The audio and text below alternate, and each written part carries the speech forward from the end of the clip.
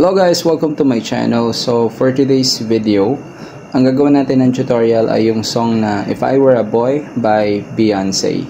Okay? Pero bago natin simulan itong video tutorial natin for today, if bago ka lang sa aking channel, please subscribe and hit the notification down below para updated ka sa mga bagong video na i-upload ko. Okay? So sisimplahan ko lang yung tutorial na ito guys para madali nyo mag-gets, no? So 4 chords lang tayo sa buong kanta. So D minor, okay, B flat, F major 7, tsaka C. Okay, yun lang yung mga chords natin, 4 lang sa buong kanta. Okay, nga pala, lalagay nyo muna yung kapo nyo dito sa first fret. So mga boxes na yun, ang tawag dyan ay fret. First fret, second fret, third fret, and so on.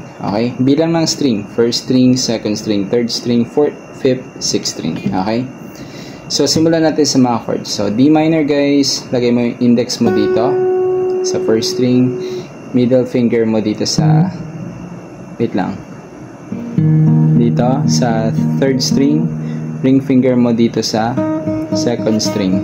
Yan. So ayun siya. Ito dito, ito dito, ito naman dito.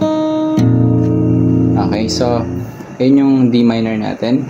And then punta ka ng B flat. So B flat, ganito talaga siya, pero gagawin natin easy version lang. Para siyang A, gawin natin siyang easy version nito.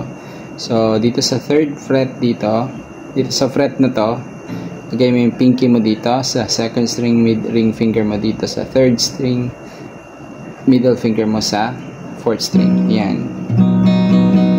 Ayan yung B flat na easy version. And then pupunta ka ng F major 7. So F major 7, ito lang, index mo dito, middle finger mo dito, ring finger mo dito. F major 7. Okay, and then C. So yung C, index mo dito, middle finger mo dito, ring finger mo dito. Ayan naman yung C. Okay, so yun lang yung chords natin sa buong kanta. And then ang strumming pattern natin guys ay kada chords down, up, tap, down, up, tap. So down, up, tap, tapos lipat ka sa sunod na chord, down, up, tap. Ganun lang siya. So halimbawa ito, down, up, tap, down, up, tap, down, up, tap, down, up, tap. Okay, so paulit-ulit lang yun hanggang matapos mo ang buong kanta guys. So bale, ang naiba lang dito ng konti, yung verse ay yung chorus mo tsaka yung bridge mo, konting ano lang naman, pagbabago. Lalagay mo lang ng isang down na B flat sa dulo. Sa dulo. Okay, lalagay mo ng isang down na B flat. Ganon. Yun lang yung line na bago guys, sa chorus tsaka sa bridge lang naman.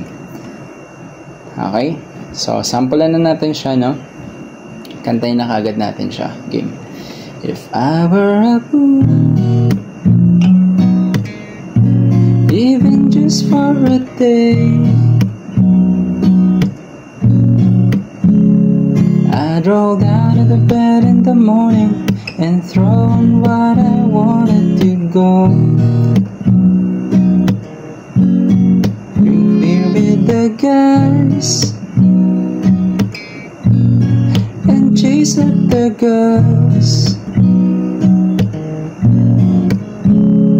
I'd kick it with who I wanted, and I'd never get confronted, cause they stick up for me. Tapos punta ka na ng chorus, parang ganun lang din. If I were a boy, think I could understand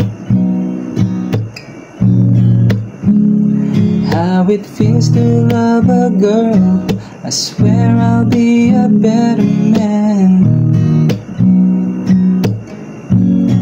I'd listen to her, cause I know how it hurts when you lose the one you wanted, 'cause it's taken you for granted, and everything you have got destroyed. Ayan. Yan yung sinasabi ko, lalagyan mo lang siya ng isang down na B flat sa chorus, sa dulo. Ganun din yung sa bridge. Kantayin na natin yung bridge. It's a little too late for you to come back. Said it's just a mistake to think I like that. If you thought I would wait for you, you thought wrong. Ayan, isang down ulit na B flat. So, ganun guys. Yung chorus tsaka bridge, lagyan mo lang siya ng isang down na B flat sa dulo. Okay? So, bale parang paulit-ulit lang talaga siya na ito. B minor, B flat, tapos punta ka ng F major 7, C. Paulit-ulit lang siya. Okay, hanggang matapos mo yung buong kanta. Ganun lang siya kadali guys. Sana nagustuhan nyo tong video tutorial natin for today. And if nagustuhan nyo, please like and comment and share. Okay, kita-kits na lang ulit tayo sa susunod na video. Bye guys.